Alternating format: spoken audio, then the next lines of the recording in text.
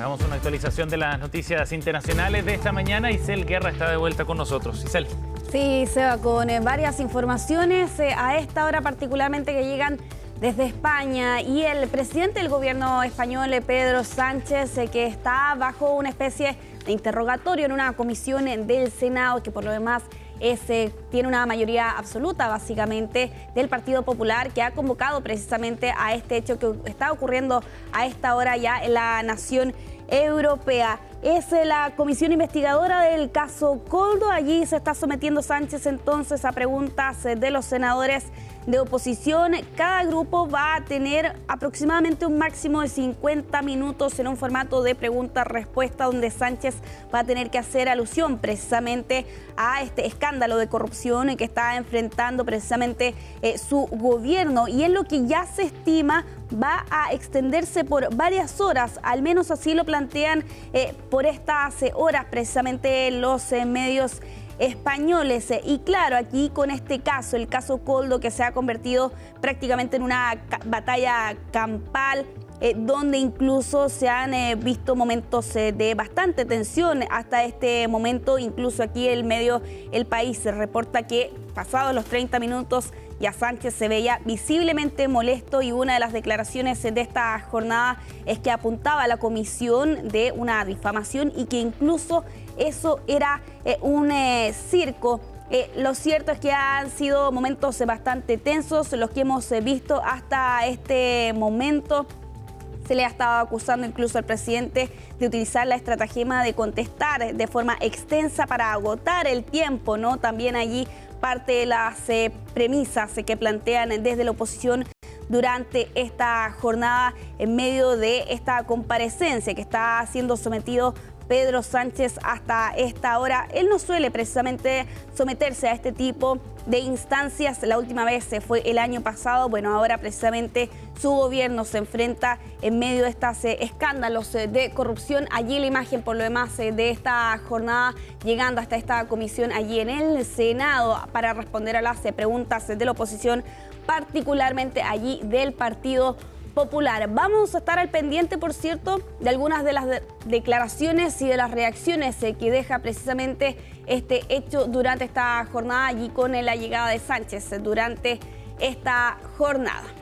Vamos a avanzar en esta revisión internacional. Hay una actualización ya finalmente de las muertes relacionadas por el paso del huracán Melissa, y ahí con la imagen precisamente el rastro de destrucción que ha dejado en varias naciones caribeñas en estas últimas 2 jornadas, y con ello también las víctimas fatales. 32 personas fallecidas es el último saldo que se da cuenta precisamente por el paso de este ciclón por no solo Jamaica y Cuba, sino que también con algunos efectos que dejaba en Haití, donde precisamente se reporta la mayor cantidad de víctimas fatales, 23 personas fallecidas. A eso se suman 4 personas que murieron en Jamaica, un mismo número también en Panamá y uno en República Dominicana. Es el recuento que se ha hecho tras precisamente el paso de este ciclón en estas últimas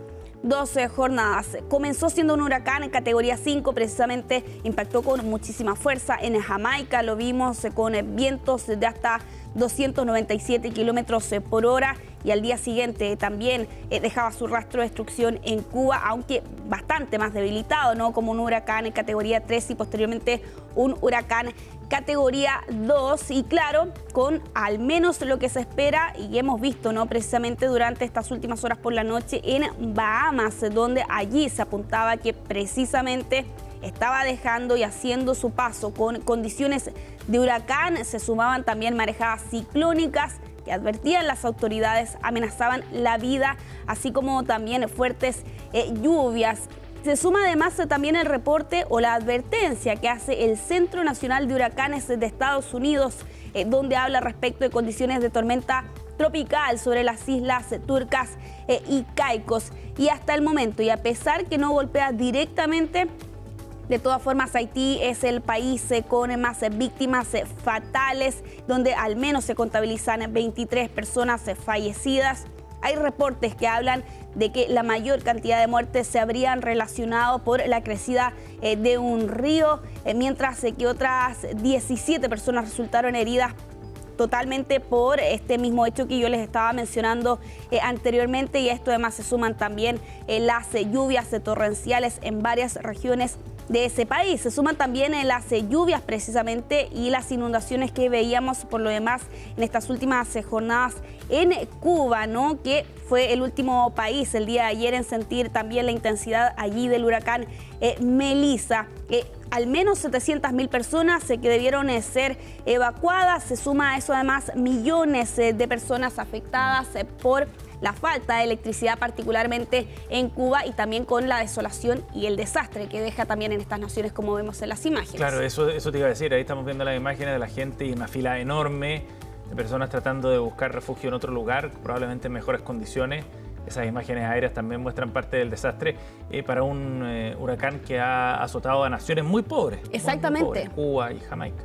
Sí, y de hecho, al menos hasta este momento, lo que se ha reportado desde Defensa Civil cubana, que no tiene constancia aparentemente de víctimas mortales o desaparecidos, pero ojo también con esta información, porque a eso además se suman también reportes de que precisamente los equipos de emergencia no han logrado llegar a algunas zonas más rurales o remotas dentro de la isla, y que por tanto hay que tener cautela por lo demás al momento de precisamente hablar de las víctimas fatales o heridos precisamente en la isla. Y esto debido a que sobre todo las zonas montañosas de Cuba se han visto bastante afectadas por las intensas lluvias que ha provocado el desbordamiento de ríos, también inundaciones súbitas y corrimientos precisamente de tierra. Ayer al menos, Seba, el presidente de Cuba, Miguel Díaz-Canel, hablaba de daños cuantiosos en una madrugada muy compleja, pero de todas formas, al menos en el caso de la isla,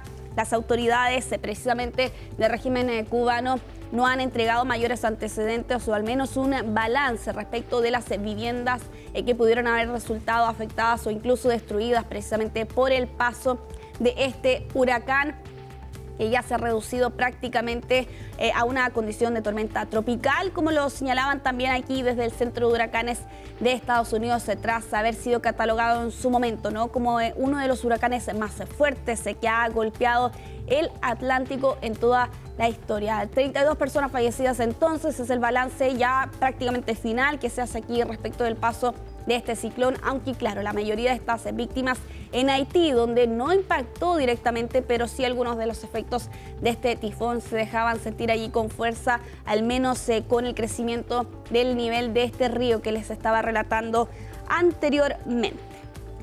Ya para ir cerrando esta revisión internacional, lo vamos a hacer, Seba, con una denuncia que llega precisamente desde Europa respecto de algunas prácticas. Incluso se habla de ejecuciones a soldados rusos que se niegan a luchar en la guerra entre Rusia y Ucrania. Y es una denuncia que se ha conocido durante esta jornada, la da a conocer al menos en este lado del planeta The Guardian, y que apunta directamente a al menos 101 oficiales rusos que están involucrados en el conflicto y que de alguna u otra forma han ordenado torturas o ejecuciones precisamente de soldados de sus mismas filas que se niegan a combatir y a luchar precisamente en este conflicto.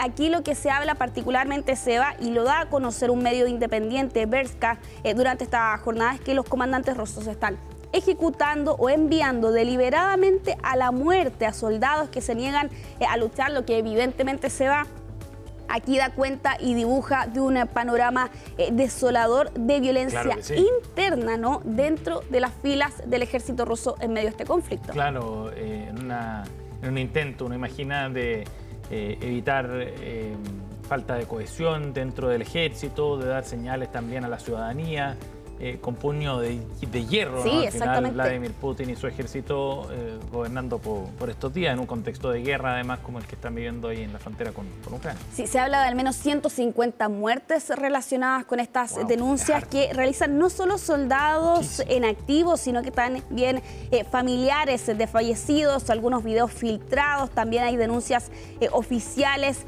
Te mencionaba 150 muertes, pero Hay quienes plantean que esta cifra podría ser incluso mucho mayor.